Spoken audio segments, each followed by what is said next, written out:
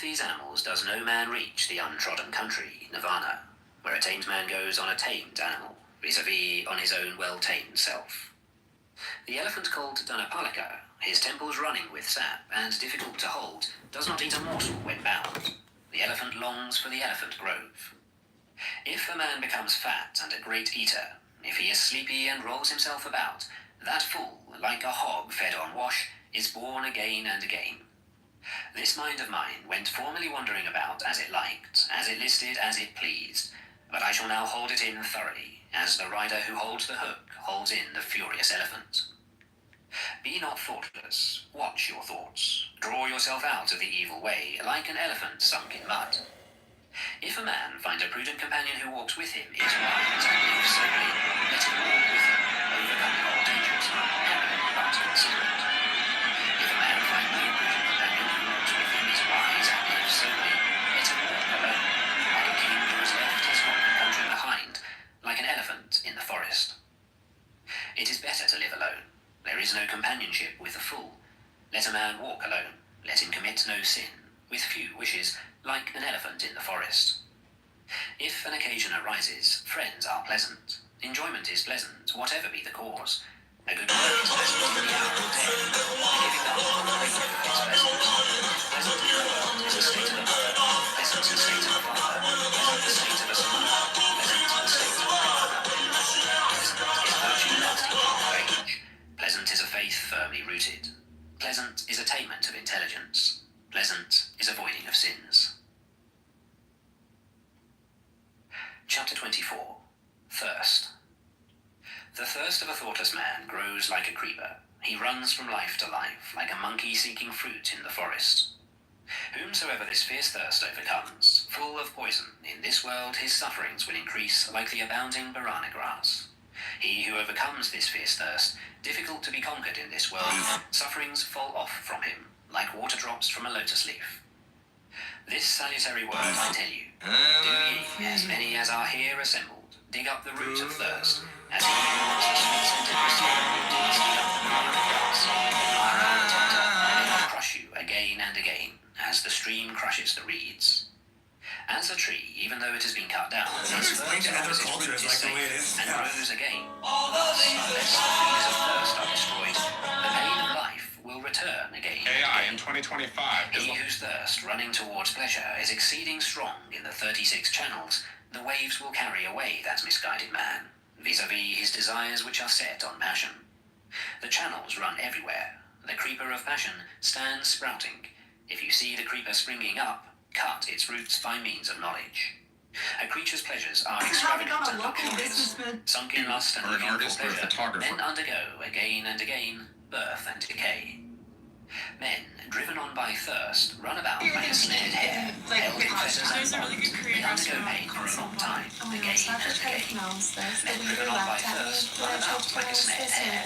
Let, therefore, the mender drive out thirst by striving after passionlessness for himself. He who, having got rid of the forest of lust after having reached nirvana, gives himself over to forest life and lust.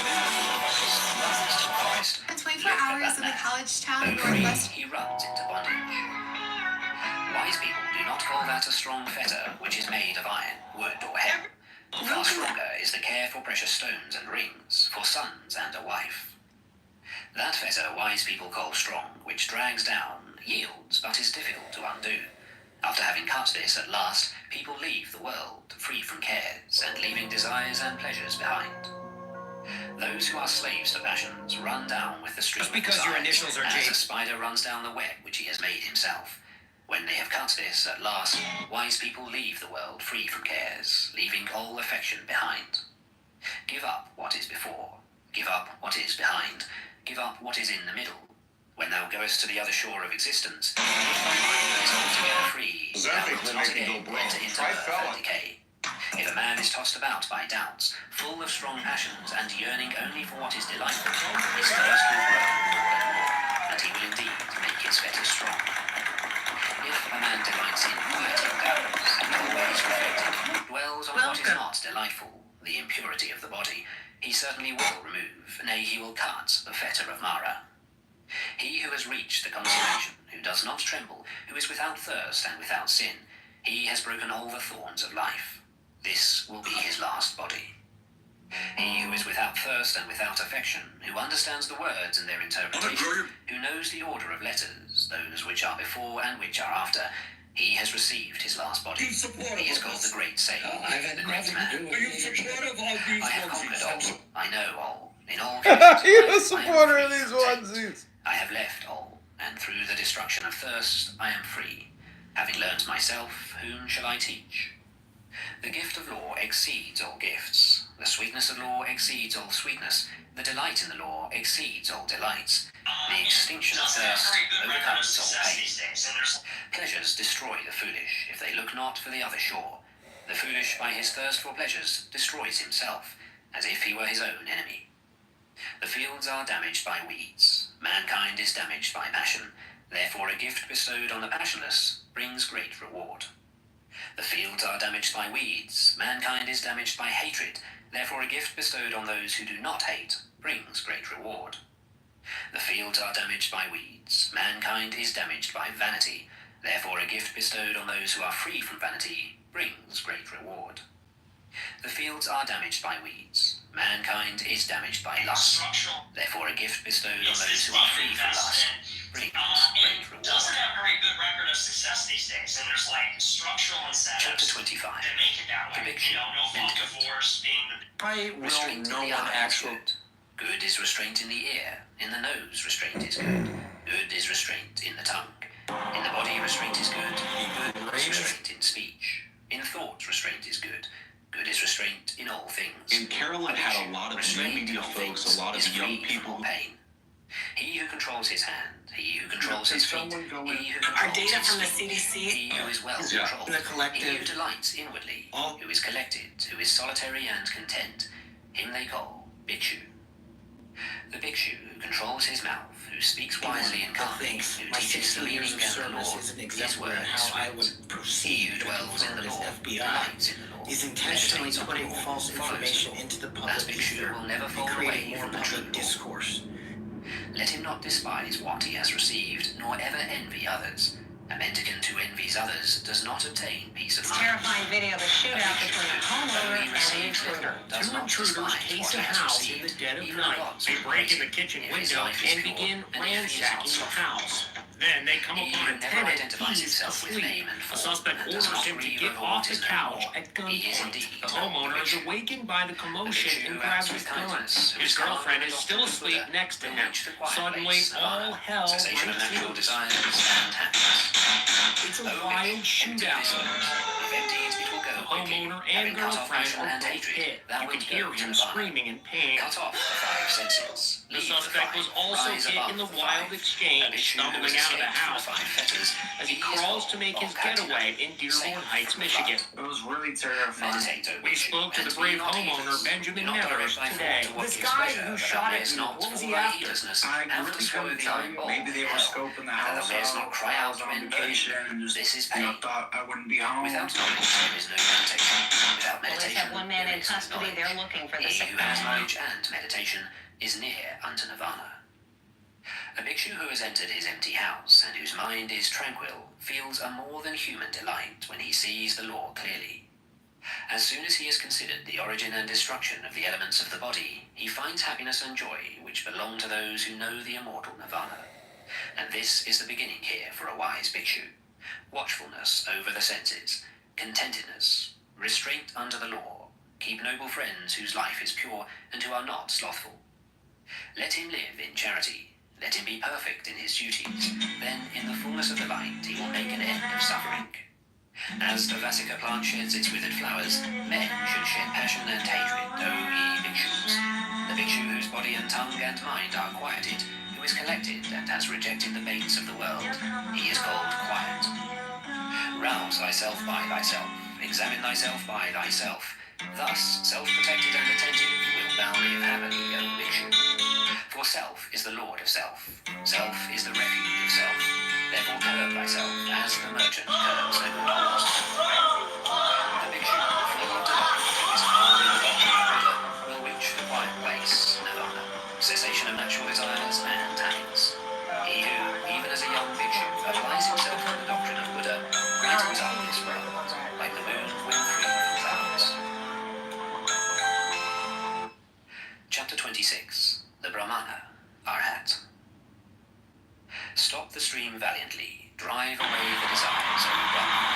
When you have understood the destruction of all that was made, you will understand that which was not made. If the Brahmana has reached the other shore in both laws, in strength and contemplation, all bonds vanish from him who is Paradise now. he for whom there is neither this shore nor that shore nor both. Now let's turn back to the fearless and unshackled I call indeed a Brahmana. He who is thoughtful, blameless, settled, dutiful, without passions, and who has attained the highest end, him I call indeed the Brahmana. The sun is bright by day, the moon shines by night.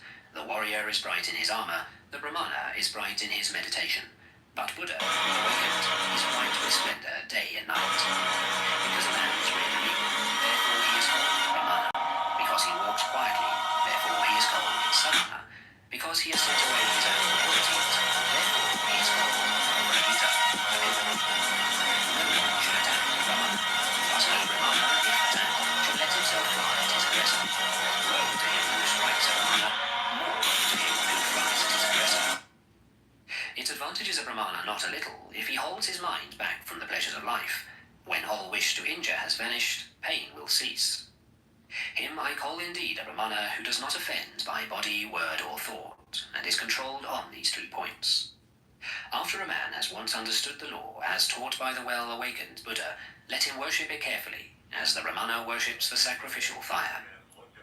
A man does not become a Brahmana by his plaited hair, by his family, or by birth. In whom there is truth and righteousness, he is blessed, he is a Brahmana. What is the use of plaited hair, O fool? What of the raiment of goatskins? Within thee there is ravening, but the outside thou makest clean. The man who wears dirty raiments, who is emaciated and covered with veins, who lives alone in the forest and meditates, him I call indeed a Brahmana. I do not call a man a Brahmana because of his origin or of his mother. He is indeed arrogant and he is wealthy, but the poor, who is free from all attachments, him I call indeed a Brahmana. Him I call indeed a Brahmana who has cut all fetters, who never trembles, is independent and unshackled. Him I call indeed a Brahmana who has cut the strap and the thong, the chain with all that pertains to it, who has burst the bar and is awakened. Him I call indeed a Brahmana who, though he has committed no offence, endures reproach, bonds and stripes, who has endurance for his force and strength for his army. Him I call indeed a Brahmana who is free from anger, dutiful, virtuous, without appetite, who is subdued and has received his last body. Him I call indeed a Brahmana who does not cling to pleasures, like water on a lotus leaf, like a mustard seed on the point of a needle. Him I call indeed a Brahmana who, even though he knows the end of his suffering, has put down his burden and is unshackled.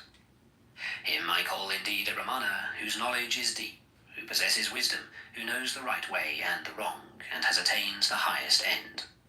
Him I call indeed a Brahmana who keeps aloof both from laymen and from mendicants, who frequents no houses and has but few desires. Him I call indeed a Brahmana who finds no fault with other beings, whether feeble or strong, who does not kill nor cause slaughter. Him I call indeed a Brahmana from whom anger and pride and envy like a mustard seed from the point of a needle. Him I call indeed a Brahmana who utters true speech, instructive and free from harshness, so that he offend no one. Him I call indeed a Brahmana who takes nothing in the world that is not given to him, be it long or short, small or large, good or bad. Him I call indeed a Brahmana who fosters no desires for this world or for the next, has no inclinations, and is unshackled. Him I call indeed a Brahmana who has no interest, and when he has understood the truth, does not say, how, and who has reached the depth of the immortal. Him I call indeed a Brahmana, So who this in this building world is above is the where the devil, devil lives. above the bondage You of don't believe both, free from It's a grief, black from sin, building. and from Black impurity. windows. Him I call indeed a Brahmana, So who this is bright like the building moon, is pure, where the devil serene, lives. undisturbed, believe it? and in whom all gaiety black is extinct. Good Him I call looks. indeed a Brahmana, who has traversed this I'm miry good. road, the I want to impassable get a world and tattoo its of fancy, his who has gone through and autograph on reached my the hand. other shore, is thoughtful, I'm dead serious. guileless, Just free from trust me, I doubts, really free do. from attachment and content. Him I call indeed a Brahmana, who in this world, leaving all desires, travels about without a home, and in whom all concupiscence is extinct. Him I call indeed a Brahmana, who, leaving all longings, travels about without a home, and in whom all covetousness is extinct. Him I call indeed a Brahmana, who, after leaving all bondage to men, has risen above all bondage to the gods, and is free from all and every bondage. Him I call indeed a Brahmana, who has left what gives pleasure and what gives pain, who is conquered and free from all germs of life, the hero who has conquered all worlds.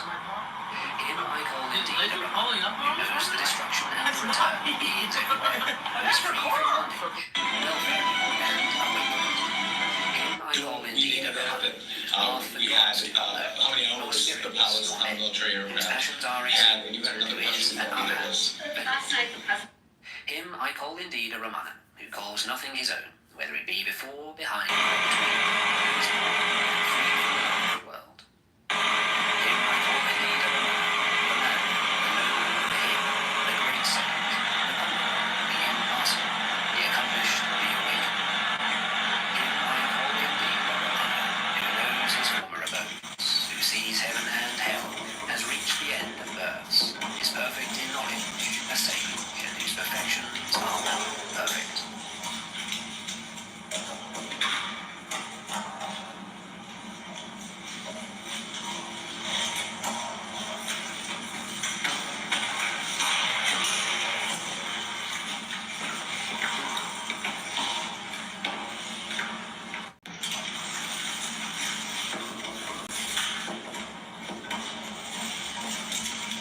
Everyone wonders if earning a career will come with it.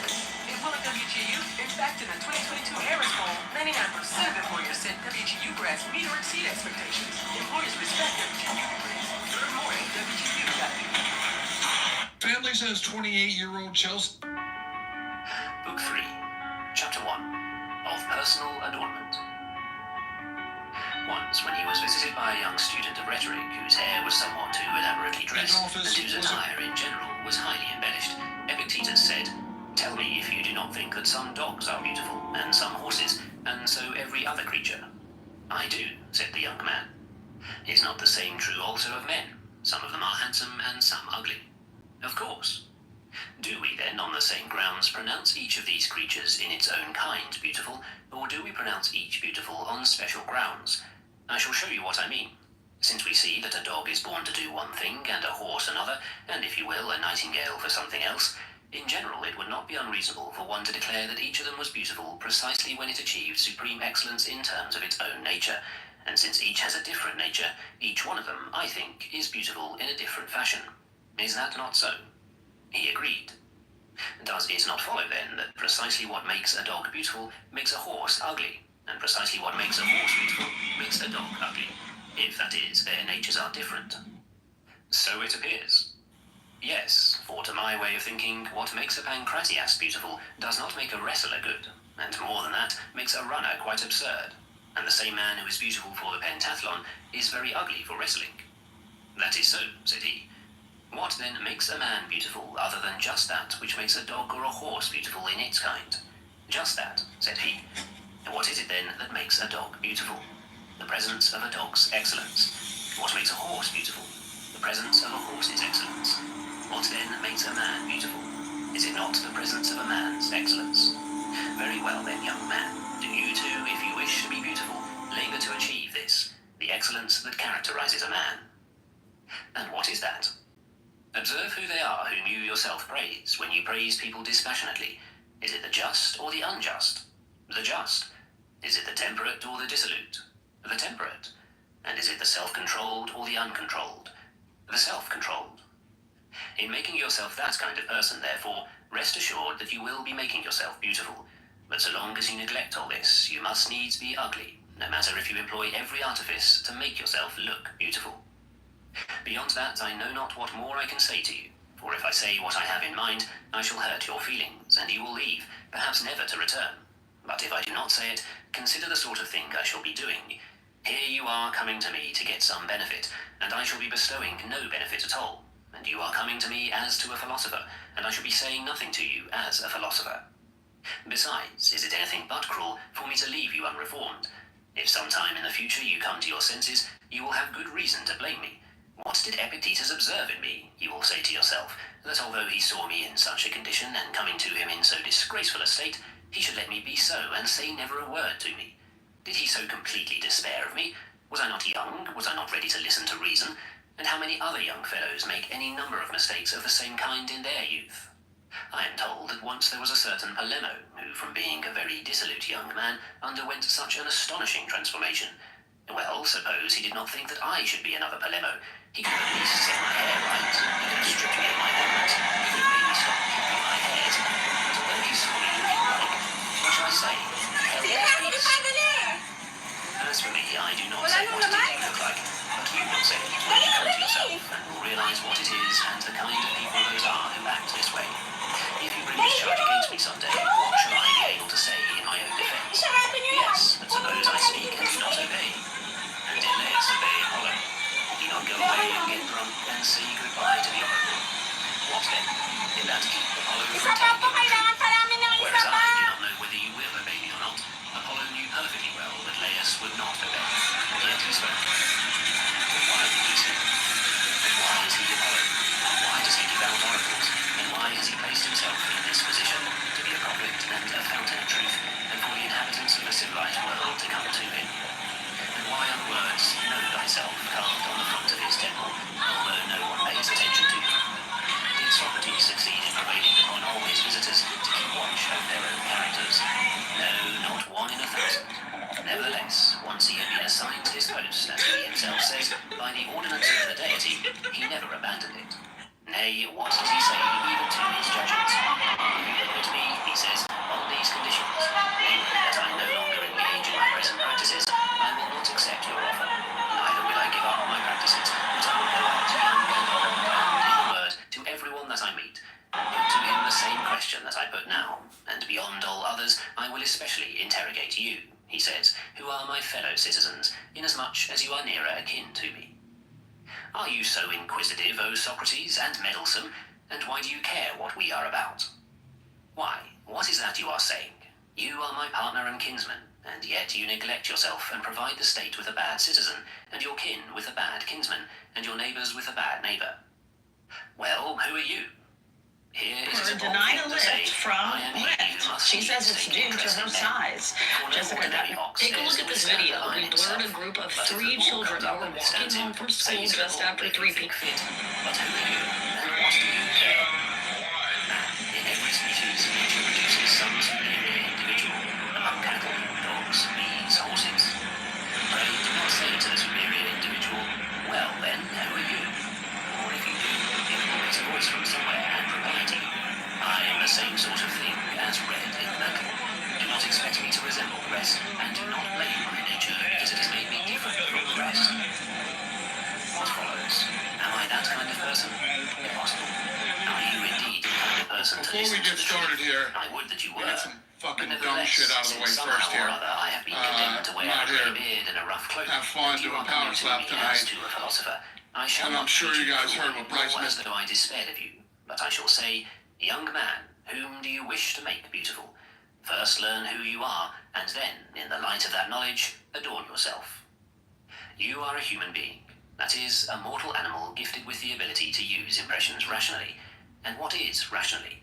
In accordance with nature and perfectly. What element of Imagine living superiority next then door do you to possess? this house The with animal in you? towering piles No. of junk Your for mortality? years. No. The mess is Your so ability to colossal. use impressions? No. Your reason is the element of superiority which you possess. Adorn and beautify that. But leave your hair to him who has fashioned it, as he will. Come, what other designations apply to you? Are you a man or a woman? A man. Very well then, adorn a man, not a woman. Woman is more smooth and dainty by nature. If she is very hairy, she is a prodigy, and is exhibited and wrote among the prodigies. But for a man not to be hairy is the same thing. If by nature he has no hair, he is a prodigy. But if he cuts it out and plucks it out himself, what shall we make of him? Where shall we exhibit him, and what notice shall we post? I will show you, we say to the audience, a man who wishes to be a woman rather than a man. What a dreadful spectacle. No one but will be amazed at the notice. By Zeus, I fancy that even the men who pluck out their own hairs do what they do without realizing what it means. Man, what reason have you to complain against your nature? because it brought you into the world as a man? What then? Would it have brought all persons into the world as women? And if that had been the case, what good would you be getting for your self-adornment? For whom would you be adorning yourself if all were women? Your paltry body doesn't please you, eh? Make a clean sweep of the whole matter. Eradicate your, what shall I call it, the cause of your hairiness. Make yourself a woman all over, so as not to deceive us, not half man and half woman. Whom do you wish to please? Frail womankind? Please them as a man. Yes, but they like smooth men. Oh, go hang.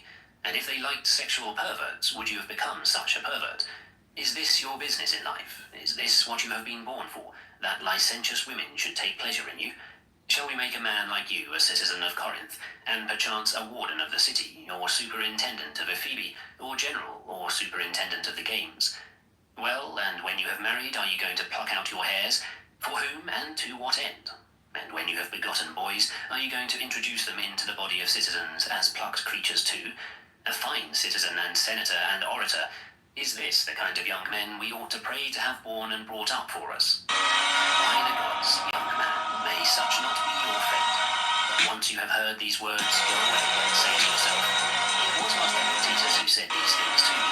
Why, how had they have occurred to him? But it was some kindly god or other speaking through him. For it would not have occurred to Epictetus to say these things, because he is not in the habit of speaking to anyone.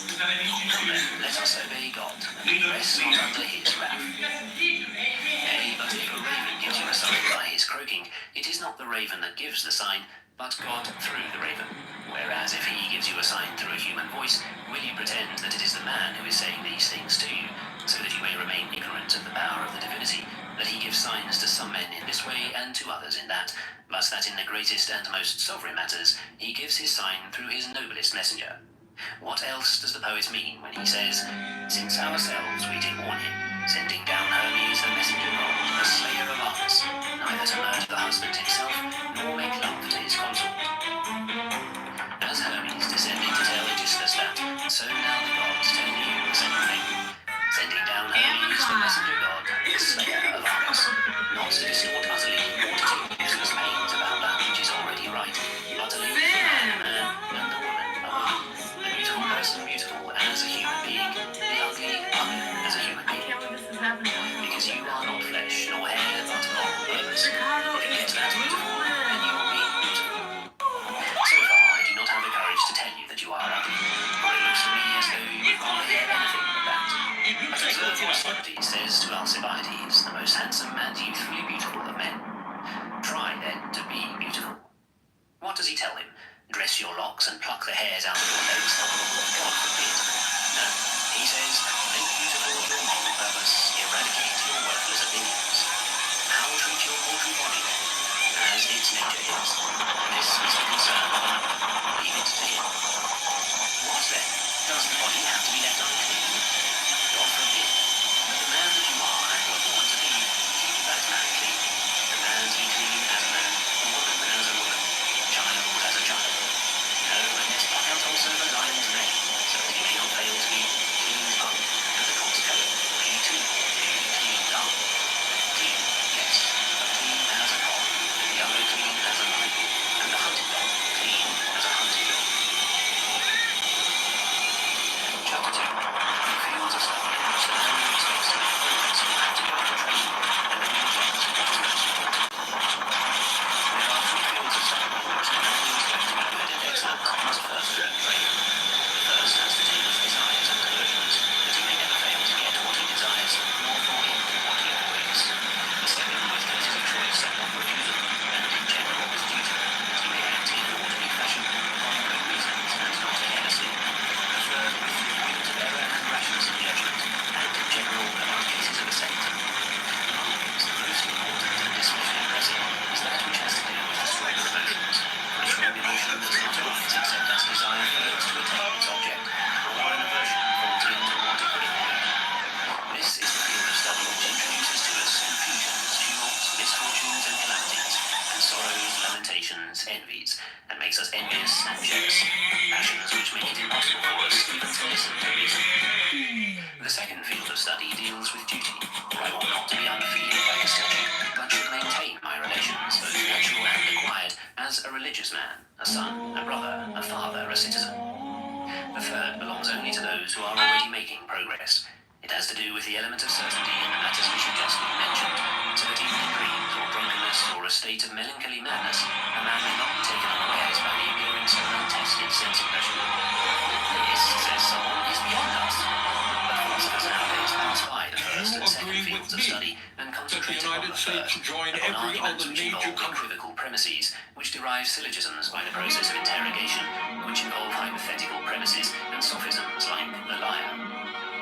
Of course, he says, even when a man is engaged in subjects of this kind, he has to preserve his freedom from deception. But what kind of man ought to engage in them? Only the one who is already good and excellent. Do you then fall short in this? Have you already attained perfection in the other subjects? Are you proof against deception in handling small change? You see a pretty wench who resists sense impression. If your neighbour receives an inheritance, do you not feel a twinge of envy? And is security of judgment now the only thing in which you fall short? Wretch, even while you are studying these very topics, you tremble and are worried, fear someone despises you, and you ask whether anybody is saying anything about you. And if someone should come and say, a discussion is arising as to who was the best of the philosophers, someone who was there said that so-and-so was the only real philosopher, immediately your poor little one-inch soul shoots up the yarn. But if another party to the discussion says, nonsense, it's a waste of time to listen to so-and-so, why, what does he know? He has agreement and nothing else. You are beside yourself. You grow pale, immediately you shout, I'll show him who I am, that I am a great philosopher. Yet we see what a man is by just such conduct. Why do you wish to show it by anything else? Disturbing Do on you not so know many that levels. Diogenes showed The one of the defendant sophists bragged to thus, police. pointing out his middle finger at him, and then when the man was furious with rage, remarked, that's so-and-so. I pointed him out to you. For a man is not something like a stone or a stick of wood to be pointed out with a finger, but when one shows a man's judgments, then one shows him as a man. Let us take a look at your judgments too. Is it not evident that you set no value on your own moral purpose, but look beyond to the things that lie outside the province of the moral purpose, namely what so-and-so will say, and what impression you make when it make you think you a scholar, and you have read Chrysippus or Antipater? Why, if you have read them and Archidamus too, you have everything. Why are you any longer worried for fear you will not show us who you are? Do you wish me to tell you what kind of man you have shown us that you are? A person who comes into our presence, mean, hypercritical, quick-tempered, cowardly, fault-finding with everything, blaming everybody, never quiet, vain-glorious. These are the qualities which you place in kids on camera. We don't want these kids on camera. Read and careless. Then, if a mouse falls down and makes a noise, you are dead with fright. Can you For believe the same kind of death awaits you that carry I off. didn't put my hands on you. What was his name? Oh yes, Crunus. I didn't put hands on He you. too was proud of himself because he could understand Archidamus. Wretch, are you not willing to let alone those things that do not concern you? They are appropriate for those who can study them without disturbance of spirit. You have the right to say, I do not yield to anger or sorrow or envy. I am not subject to restraint or to compulsion. What do I yet lack? I enjoy leisure. I have peace of mind. Let us see how we ought to deal with equivocal premises in argument. Let us see how a person may adopt our hypothesis and yet not be led to an absurd conclusion. These things belong to men of that type. When men are prospering, it is a good time to fire, to take luxury, and, if you will, even to sink in doubts. But when the ship is already sinking, you come up to me and start to hoist the topsails. Chapter 3. What is the subject matter with which the good man has to deal, and what should be the chief object of Been our a few training? episodes so far, and just the fact that The everyone is subject matter with interested which in the good meeting and us excellent man has to and deal that they is his like own the new governing show. It's principle. very important to As us the because we physician know has how the well best like law the is the show body, was before. and the father is And his so it's father. important to But us the to know function of that the good you and like excellent us man too. is to deal with his And impressions it's very in nice. accordance It's with been a few nature. episodes so far, and just Now, the fact just that as it is the nature of every soul to assent to the true, dissent from the false, and to withhold judgment in a matter of uncertainty, so it is its nature to be moved with desire toward the good, with aversion toward the evil, and feel neutral toward what is neither evil nor good. For just as neither the man nor the corporate may legally refuse to purchase Caesar, but if you present it, whether he will or no, he must turn over to you what you are purchasing with it, so it is also with the soul. The instant the good appears, it attracts the soul to itself, while the evil repels the soul from itself. A soul will never refuse a clear sense impression of good, any more than a man will refuse the coinage of Caesar. Of this concept of the good hangs every impulse to act both of man and of God. That is why the good is preferred above every form of kinship. My father is nothing to me, but only the good. Are you so hard-hearted? Yes, that is my nature. This is the coinage which God has given me. For that reason, if the good is something different from the noble and the just, then father and brother and country and all relationships simply disappear. But shall I neglect my good so that you may have it? And shall I make way for you? What for? I am your father, but not a good. I am your brother, but not a good. If, however, we define the good as consisting in a right moral purpose, then the mere preservation of the relationships of life becomes good. And furthermore, he who gives up some of the externals achieves the good. My father is taking away my money, but he is doing you no harm. My brother is going to get the larger part of the farm. Let him have all he wants. That does not help him at all get a part of your modesty, does it? Or of your fidelity, or of your brotherly love. Why, from a possession of this kind, who can eject you? Not even Zeus. Nay, nor did he even wish to. But this matter he put under my control, and he gave it to me because he loved himself. Are you ready to get vaccinated? I know what you're sorry. When, therefore, different persons have different pieces of coinage, a man offers the coin and gets what is brought by it. A thief has come to the province as proconsul. What coinage does he use? Offering to carry away what you wish. An adulterer has come. What coinage does he use? Frail You wenches. change your mind. Take, says one, the coin and sell me the little baggage. Give and buy. Another is interested in coins. Give him the coin and take what you wish. Another is fond of hunting. Give him a fine horse or dog. With size and roads he will set for it what you wish. For another constrains him from within, the one who has established his currency. It is chiefly with this principle in mind that a man must exercise himself. Go out of the house at early dawn, and no matter whom you see or whom you hear, examine him, and then answer as you would to a question. What did you see? A handsome man or a handsome woman? Apply your rule. Is it outside the province of the whole purpose or inside? Outside. Away with it. What did you see? A man in grief over the death of his child. Apply your rule. Death lies outside the province of the whole purpose. Out of the way with it. Is it a consul meeting? Apply your rule. What sort of thing is a consulship? Outside the province of the moral purpose or inside? Outside. Away with it too. It does not meet the test. Throw it away. It does not concern you. If we had kept doing this and had exercised ourselves from dawn till dark with this principle in mind, by the gods, something would have been achieved. But as it is, we are caught gaping straightway at every external impression that comes along, and we wake up a little only during the lecture, if indeed we do so even then. After that is over, we go out, and if we see a man in grief, we say, "It is all over with him." If we see a consul, we say, "Happy man." If we see an exile, "Poor fellow," or a poverty-stricken person, "Wretched man, he has nothing with which to get a bite to eat." These, then, are the vicious judgments which we ought to eradicate. This is the subject upon which we ought to concentrate our efforts. Why, what is weeping and sighing? A judgment. What is misfortune? A judgment. What are strife, disagreement, fault-finding, accusing, impiety, foolishness? They are all judgments, and that too, judgments about things that lie outside the province of moral purpose, assumed to be good or evil. Let a man but transfer his judgments to matters that lie within the province of the moral purpose, and I guarantee that he will be steadfast, whatever be the state of things about him. The soul is something like a bowl of water, and the external impression something like the ray of light that falls upon the water. Now, when the water is disturbed, it looks as though the ray of light is disturbed too, but it is not disturbed. And so, therefore, when a man has an attack of vertigo, it is not the arts and the virtues that are thrown into confusion, but the spirit in which they exist. And when this grows steady again, so do they too. Chapter 4. To the man who took sides in an undignified manner while in a theatre. The procurator of Epirus took the side of a comic actor in a somewhat undignified manner, and was reviled by the people for doing so. Thereupon he brought word to Epictetus that he had been reviled, and gave expression to his indignation at the men who had so reviled him. "Why, what wrong were they doing?" said Epictetus. "They too were taking sides, just as you yourself were." But when the other asked, "Is that the way, then, in which a man takes sides?" he replied, "Yes, they saw you, their governor, the friend and procurator of Caesar, taking sides in this way, and weren't they likely to take sides themselves in the same way? Why, if people should not take sides in this way, you had better not do so yourself. But if they should, why are you angry if they imitated you? For whom have the people to imitate but you, their superior? Whom do they look to but you when they go to the theatres?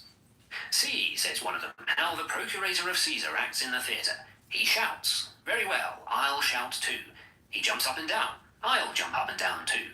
His clack of slaves sit in different parts of the house and shout, whereas I haven't any slaves. Very well, I'll shout as loud as I can to make up for all of them.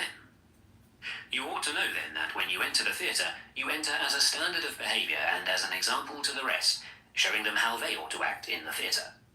Why then did they revile you? Because every man hates what stands in his way. They wanted so-and-so to get the crown, while you wanted the other man to get it. They were standing in your way and you in theirs. You turned out to be the stronger. They did what they could and reviled what was standing in their way. What then do you wish? That you should be able to do what you wish, but that they should not even say what they wish? And what is there surprising in all that? Don't the farmers revile Zeus when he stands in their way? Don't the sailors revile Zeus? Do men ever stop reviling Caesar? What then? Doesn't Zeus know about it? Isn't Caesar informed of what is said? What then does he do? He knows that if he punishes all who revile him, he will have no one left to rule over. What then? Ought you upon entering the theatre to say, "Come, let's see that Sophron gets the crown," and not rather, "Come, let me in this subject matter maintain my moral purpose in accord with nature. No one is dearer to me than myself. It is absurd, therefore, for me to let myself be hurt in order that another man may win a victory as a comic actor. Whom then do I wish to win the victory? The victor. And so the one whom I wish to win the victory will always win it. But I wish Sophron to get the crown. Stage as many contests as you will in your own house, and proclaim him victor in the Nemean, Pythian, Isthmian, and Olympic games. But out in public, do not arrogate yourself more than your due, and do not filch away a public privilege. Otherwise, you must put up with being reviled, because when you do the same things that the people do, you are putting yourself on their level. Chapter 5. To those who leave school because of illness. I am ill here, says one of the students, and want to go back home. What, were you free from illness at home? Do you not raise the question whether you are doing here any of the things that have a bearing upon your moral purpose, so that it shall be improved? For if you are not accomplishing anything, it was no use for you to have come in the first place. Go back and tend to your affairs at home, for if your governing principle cannot be brought into conformity with nature, no doubt your paltry piece of land can be made to conform with it. You will increase the amount of your small change, you will care for your father in his old age, you will walk up and down in the markets, you will hold office. A poor wretch yourself, you will do wretchedly whatever comes next. But if you understand yourself, namely that you are putting away certain bad judgments and taking on others in their place, and that you have transferred your status from what lies outside the province of the moral purpose to what lies inside the same, and if you ever say, "Alas, you are speaking not for your father's sake or for your brother's sake, but for my own sake," then why take account of illness any longer? Do you not know that disease and death needs must overtake us no matter what we are doing? They overtake the farmer at his work in the fields, the sailor on the sea. What do you wish to be doing when it overtakes you? For no matter what you do, you will have to be overtaken by death. If you have anything better to be doing when you are so overtaken, get to work on that. As for me, I would fain that death overtook me, occupied with nothing but my own moral purpose, trying to make it tranquil, unhampered, unconstrained, free. This is what I wish to be engaged in when death finds me, so that I may be able to say to God, "Have I in any respect transgressed thy commands? Have I in any respect misused the resources which thou gavest me, or used my senses to no purpose, or my preconceptions? Have I ever found any fault with thee? Have I blamed thy governance at all? I fell sick when it was thy will, so did other men, but I willingly. I became poor, it being thy will, but with joy. I have held no office because thou didst not will it, and I never set my heart upon office. Hast thou ever seen me for that reason greatly dejected? Have I not ever come before thee with a radiant countenance, ready for any injunctions or orders thou mightest give? And now it is thy will that I leave this festival. I go. I am full of gratitude to thee that thou hast deemed me worthy to take part in this festival with thee, and to see thy works, and to understand thy governance. Be this my thought, this my writing, this my reading, when death comes upon me. But my mother will not hold my head in her arms when I am ill. Very well, go back to your mother. You are just the sort of person that deserves to have his head held in somebody's arms when he is ill. But at home I used to have a nice bed to lie on. Go back to your bed. Without doubt you deserve to lie on such a fine bed even when you are well. Pray, then, do not lose by staying here what you can do there. But what does Socrates say? As one man rejoices, remarks he, in improving his own farm, and another his own horse, so I rejoice day by day in following the course of my own improvement. In what respect? In little philosophic phrases? Man, hold your tongue. In little philosophic theories, then? What are you doing? Well, I don't see anything else that the philosophers spend their time on. Is it nothing in your eyes never to bring accusation against anyone, be it God or man, never to blame anyone, always to wear the same expression on one's face, whether one is coming out or going in? These are the things which Socrates knew, and yet he never said that he either knew or taught anything. But if someone called for little philosophic phrases or theories, he used to take them over to Protagoras or Hippias. It was just as though someone had come to him for fresh vegetables, and he would have taken them over to the market gardener. Who then among you makes this purpose of Socrates the purpose of his own life? Why, if you did, you would have been glad even to be ill, and to go hungry, and to die. If any one of you was ever in love with a pretty wench, he knows that what I say is true. Chapter 6. Some Scattered Sayings.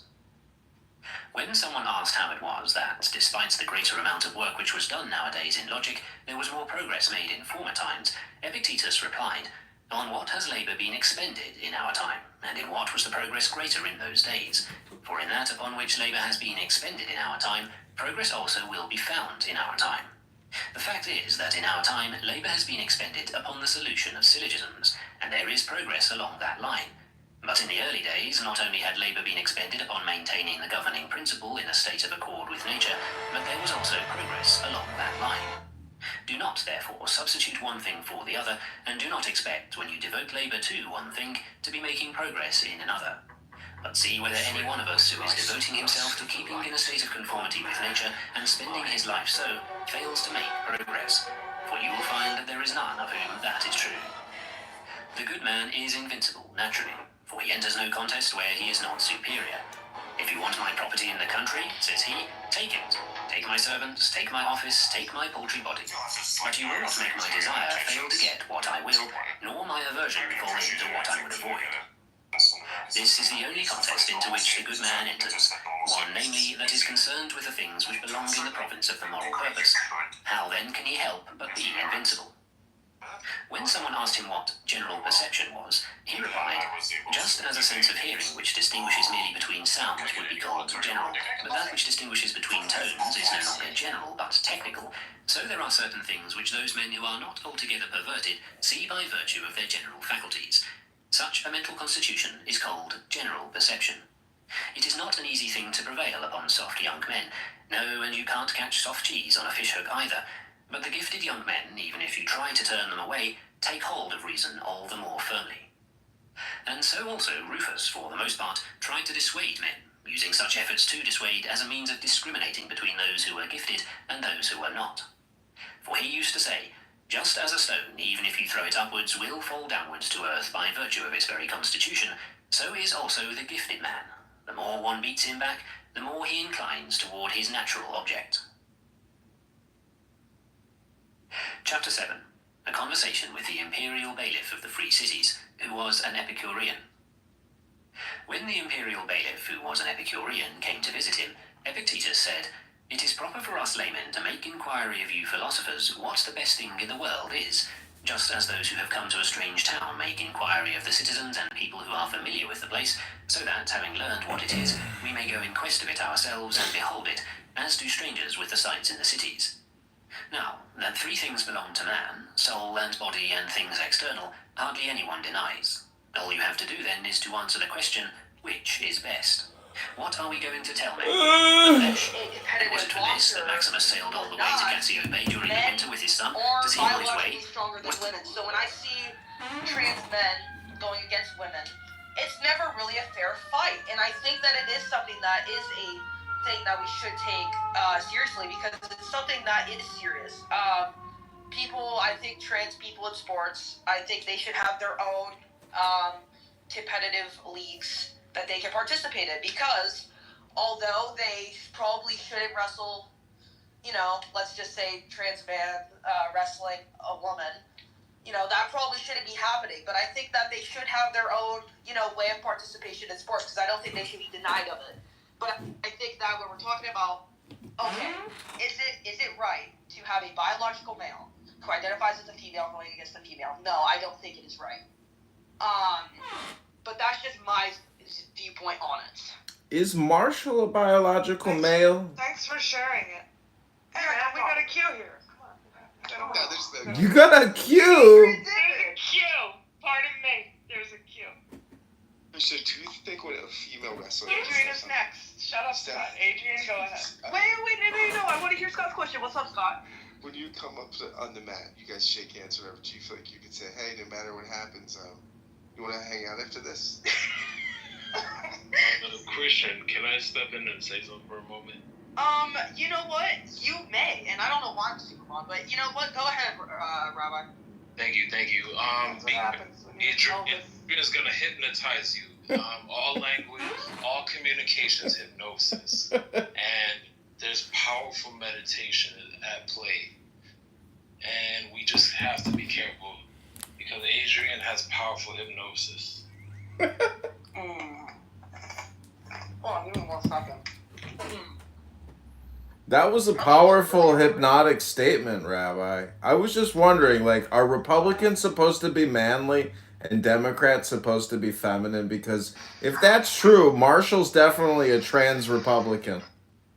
Listen, Adrian, before you answer your question, Scott, to answer your question, no, I do not. If I'm going to be fair, seems like an inappropriate question to go up to the mat to be like, I know we're go hand-to-hand combat here, but you're super cute. No, that's not what I do when I go up to the mat. It's Not yet, Christian. Not yet. It's crazy. Hey, you could say to her, "Hey, look, after this, I could." Is that what you would do, Scott? That's what Scott would do because it is an excuse to touch a woman. So Christian, and did you know Scott was the president of his high school or something? My seated five. Oh God. And does that surprise you or not at all?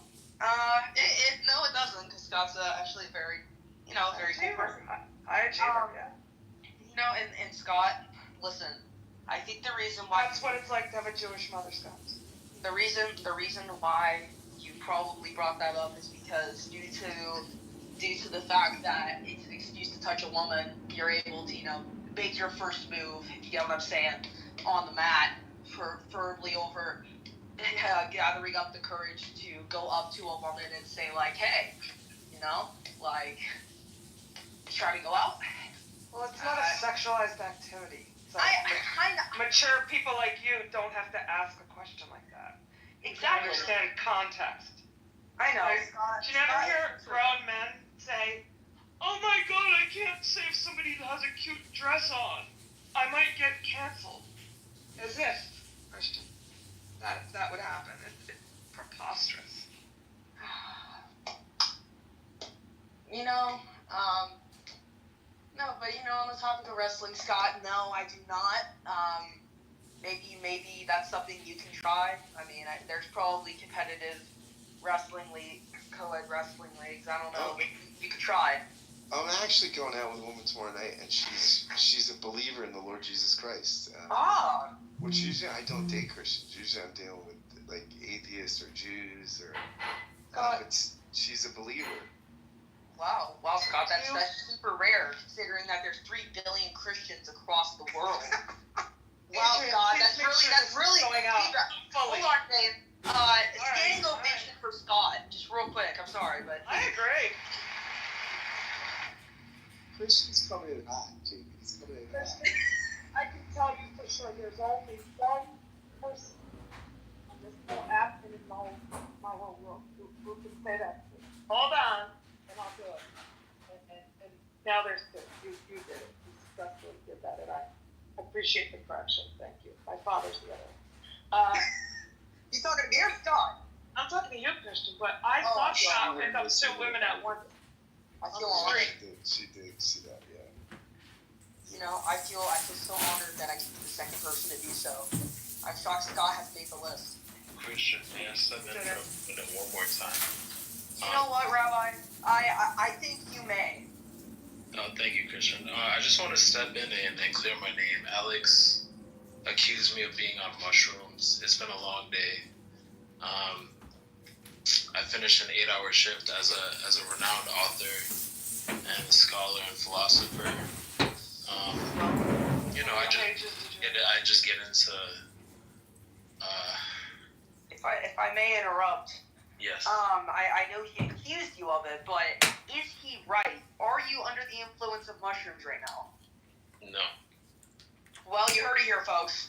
I think it's great that you cleared the name, but. May I clear my name on this? Why was the accusation leveled? Why? Yeah. No, Go ahead. I quibble with the word accusation. I just claimed that he was on mushrooms. I don't accuse him. It's not an accusation. This isn't the island of Patmos, It was a more neutral statement. This isn't John from the Gospel. We're not on Patmos here. We're on Clown House. Also, Alex, let me just say something. When you claim that he is on mushrooms, a claim usually comes forth with evidence. I just want to make that clear, just, using my education for good use. When you make a claim, there's usually evidence that you have to use to back it up. And when you make an accusation, it's a claim that has no evidence to back it up. I just want Christian, you like the new Rascal. So then, You like a younger, more vivacious Rascal. Is that supposed to be a compliment, or is that supposed to be an insult? I don't know. It's hard to say. I don't think it's Pin yourself down. Pin yourself down. Compliment or not. I like Rascal. I'm just saying that Rascal can be very aggressive. Very aggressive. And yet, efficient, cute. I'm just saying that meditation, the art of being silent, listening, is truly sometimes more advantageous and more intellectual than hyperverbalizing all the time. That is true, Adrian, and to back that up, it's been proven, and I like to call it mindfulness, if that's okay with you, Adrian. It's been proven on multiple studies. Listen closely, Marshall. I think you need to go do some meditation. That's your second interruption, and I don't know what the consequence will be. I think Adrian should be put on trial. No, I'm just joking. I think Marshall should be put on trial for being a fake Republican. Wait, Adrian, but listen, just hear me out here. I think. What was I saying, Jane? Remind me. You were talking about meditation and mindfulness. Because so yes. You're embodying the exact point. But the constant interruption, you forgot you were talking about mindfulness. So now. Yes, my apologies. Thank you, Jane. But it's been proven on so many statistics and studies that mindfulness reduces stress and anxiety levels, and on top of that, also makes you significantly more productive and brings so many more benefits. I have a lot of disagreements with whatever personality Adrian, identifies as sometimes, but I agree. I agree with you. What are your disagreements with Adrian? Where do you have points of contention with him, Christian? I don't know, to be honest. We are in concordance. Could you say, Adrian, that we are going to create an alliance? I would just say that in the spirit of friendship and in the spirit of concord and in the spirit of a room about nothing, let's say yes. Let's be positive. Let's be optimistic. Very nice. Well, but that doesn't mean we should let Marshall slide. He's a fake Republican. Marshall, do you want to defend yourself? Yeah, do you want to defend yourself, Marshall? We want to go Mike Moon rule? Fresh one. Did you know Mike Moon went viral on Reddit yesterday because he posted a photo of himself with his Asian wife? And I looked at the photo and I was like, is that Mike Moon? And it went viral because the photo is called before, the Reddit thread is called before and after, and it was them when they were like early 20s or whatever, and now. And I was like, that is Mike Moon. Adrian, you made Marshall leave. Oh, I know. Scott, Oh, yeah, Jane, go ahead. I'm sorry. I must honor Jane's time to speak. No, I was just making a semi-nonverbal tisk, Marshall left. Ah, I see. My apologies. He thinks Americans are arresting Americans and forcing Americans out of America. I find that to be very legalistically problematic. Yeah, and that's a lot of people think with the deportations that Trump is running, they're removing citizens because of their ethnicity, race, etc. So, for example, I think the main issue that Trump is addressing is illegal immigrants, but more as cracking down on Mexicans illegally crossing the border. And I think that's something that he's mainly addressing. And, correct me if I'm wrong, but I think a lot of people are making the claim that Trump is not only removing the illegal immigrants that are Mexican, but also legal citizens that are Mexican due to the fact that they are Mexican. Now, correct me. Anyone correct me if I'm wrong. Well, that claim is being made. It's too soon, right? Who's counting it? Which authority will we believe? This is a country in disarray. But, the anecdotal is, well, we've got for now. Elon Musk, a.k.a. Adrian Dittman, had Nick Fuentes on his podcast this evening, and he asked Nick, what is an American? And he had difficulty answering that question because it is a difficult question to answer, but I don't think so. I have a piece of artwork on my body. I took my Social Security card and I had it tattooed on me. Perfectly. Exact same size. Everything is the same. Because I realized, what is the artwork that everybody seems to want? It seems to be the Social Security card. So, in response to what is an American, what is indisputably an American, if you got one of those Social Security cards, which everybody has to have, apparently, you're an American. If you're not an American, you don't have a Social Security card. If you are an American, you are now in the ledger. It's called a Social Security number. It's a ledger. No, that's not. I disagree with that definition, Adrian, if I'm right. A Social Security number can happen for a legal migrant or resident. All that allows them to do is earn money and pay into the Social Security. That doesn't make them an American. That doesn't make them an American. That doesn't mean they can vote. They're not a citizen. They don't have American rights as if an American does. So I understand your point, like Social Security for sure, if you've got a number, unlocks opportunities, but that doesn't make you an American. You're not American, we don't have to listen to you anymore. That's... Well, Jane, Isn't that a horrendous thing to just Alan broke the fourth wall. Well, it's an all or nothing statement to say if you don't have a Social Security number, you're not an American. So I agree with you philosophically. It's a cognitive distortion disorder. However, everybody seems to want to get that Social Security number, but some people don't want it because that means, guess what? They got to pay taxes. No, it's not. It's more than a cognitive distortion. It's a legal definition. That to be an American means you're able to vote and you have certain rights as an American citizen. I am not an American. I have a green card. I've been living in the States and working here legally for the last 20 years. I'm not an American. There is a distinction that I think is more than a cognitive distortion. So you are a member, I'm sorry, Christian, of, sure, it seemed to me, Alex, I don't know your life. I won't ascribe proud or any qualitative, but you're part of an American community if you've lived here for 20 years. So I'm not suggesting... I would entirely agree with that characterization. Okay, thanks. I would agree. Those two things can be true too. Should start having to have assholes like me, I was playing a role, tell you, well, we don't give a fuck what you say because you don't have a Social Security card. That's where we're... But that's not the same as defining somebody as an American. Whether you decide to listen to somebody or not is apart and distinct from whether you're an American or not. Like your point pointing out is just simple human courtesy.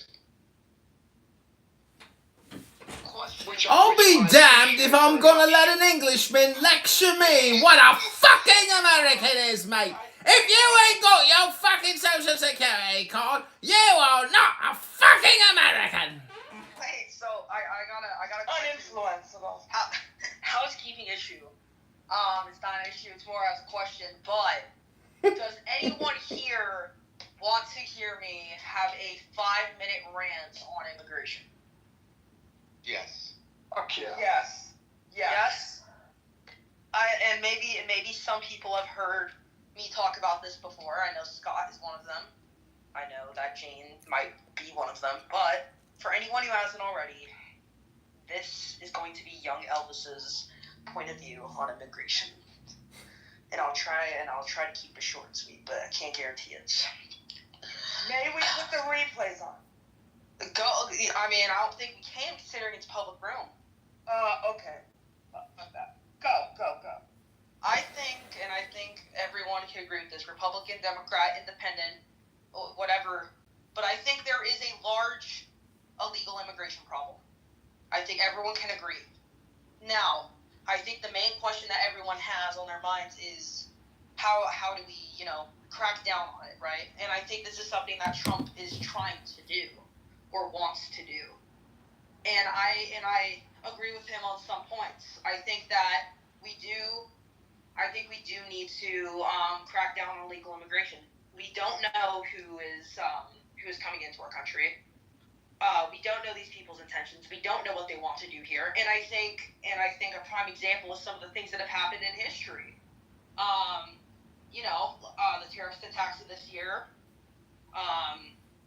stuff like that, I think has brought large concerns about illegal immigration and how, some of these people come into our country and stuff like that. I think we do need to crack down on it because illegal immigration is a problem. We don't know these people's intentions, whether they're criminals, good people, bad people, whatever they are. They still need to be documented. We need to know who they are, because if we don't, terrible, terrible things could happen. And I could list plenty, but I'll try to keep it to some. Some of the things that will happen if we do not crack down on legal immigration is there are going to be attacks on our country from the inside. And this is something that we have seen in our country, and it's something that we're continuously going to see if it does not become solved. I think another thing that we also need to address is how unsecure our border is. We have a very unsecure border. It is not, the border is not fully made. It's not at all secure. There's holes in the border where illegal immigrants can get in. As someone who lives in California, I am a person who has seen this on the southern side or on the western side of the border, or the southern border. There is a very, very large hole that is unsupervised by immigrant police officers, and illegal immigrants are able to come through without any problems. And it is a large problem because, like I've stated before, we don't know who's coming into our country. We don't know their intentions. We don't know what they want to do. Take one more minute, I think, because I have a question on that. Yeah, sure. I'll wrap it up.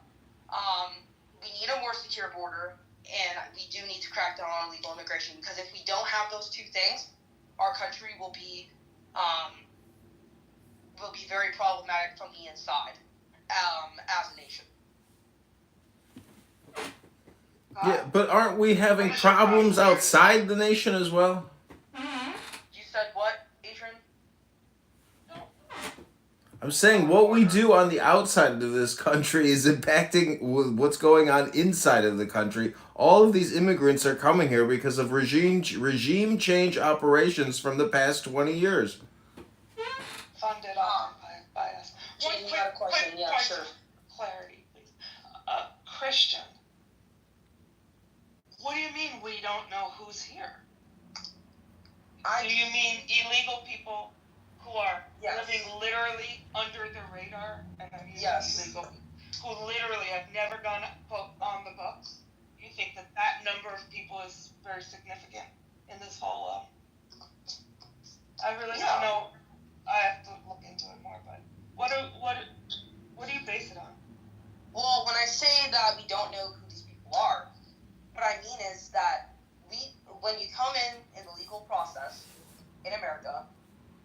process you have to do to be able to seek asylum in the U.S. Those people are documented inside of our system, and we know who they are and what they are doing here. When you come in illegally, all of those things are thrown out the window. We do not know who they are. We do not know what they're doing here. We do not know their intentions. That is what I mean. Illegal immigrants, whether coming through or staying here. Until some of them, many, I have to look it up to see what the percentage, do go and seek pathways to legal citizenship. But Christian, what are you gonna say when people call you racist? Yeah. I'm not saying he's racist. I think it's interesting. I'm just saying some people are gonna say what he's saying is racist. Who said that here? Somebody's thinking it. Well, I don't think that my observations are racist, given the fact that I think everybody across the country can agree that there is an illegal immigration problem. We have unsecure borders, and they need to be cracked down on and fixed. I think everyone can agree with the observation that I'm making. Now, do I agree with every single thing that Trump's doing? Definitely not. But do I think that the idea of creating a more secure borders and cracking down on the illegal immigration problem is correct? Yes, I do. If that makes sense. I know, but some people are still gonna claim that what you're saying is racist. Well, hold on, let's try down. Yeah, go ahead, Scott. Let me give you a data point, okay? This is study after study has proven this, right? This isn't controversial. Undocumented immigrants have a lower crime rate than native-born Americans. No, this makes sense. You think about this. The ones that they're, and the rare, I mean, there are some people that are in gangs. That's statistically very, very insignificant number. Most people want to come here, make some money, maybe send some money back to their home country. You know, try to get ahead. If you want to